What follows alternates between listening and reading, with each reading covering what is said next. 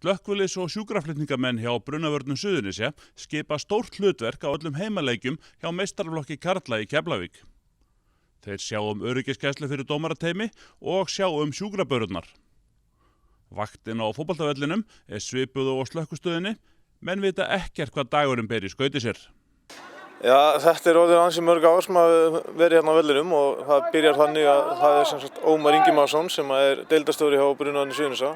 Hann einnig í barna- og unglingaráði hjá knattspyrnudeildinni og hann var fenginn í að taka þetta hlutverk að sér að sjá öryggisgæslu hérna og sjúkrabörur á vellinum. Og þetta bara þróast þannig að núna hérna alltaf 4 slökkviliðs- og sjúkraflutningamenn á hverjum einasta heimaleik á Keflavík. Slegist þetta stöðin að fá að fara á völlin? Já, stundum og stundum ekki, en við erum alltaf 4 og náum alltaf manna það mjög vel. Og hvert svona ykkar hlutverk hérna? Okkar hlutverk fyrst og fremst að vera í gæslu fyrir dómarana og þegar leikurinn hafinn þá sinnum við hérna börum og við erum með hérna hjartastuðtæki og við erum með súrefnisbúnað og ýmsan annan búnað sem bara sjúkraflutningamenn eru með.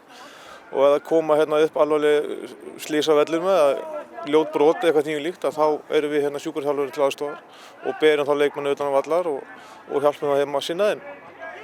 Hefur eitthvað verið mikið að gera hjá ykkur? Það alltaf, já, það kemur alltaf reglulega fyrir og það nú ekkert langt síðan að við þurftum að sinna hérna einum sem slasaðist hjá Keflavík en sem betur fer fór það vel. En þau já, ýmis brotin sem við höfum þurft að sinna og það hefur samt heppnast alltaf vel, gengið vel hjá okkur.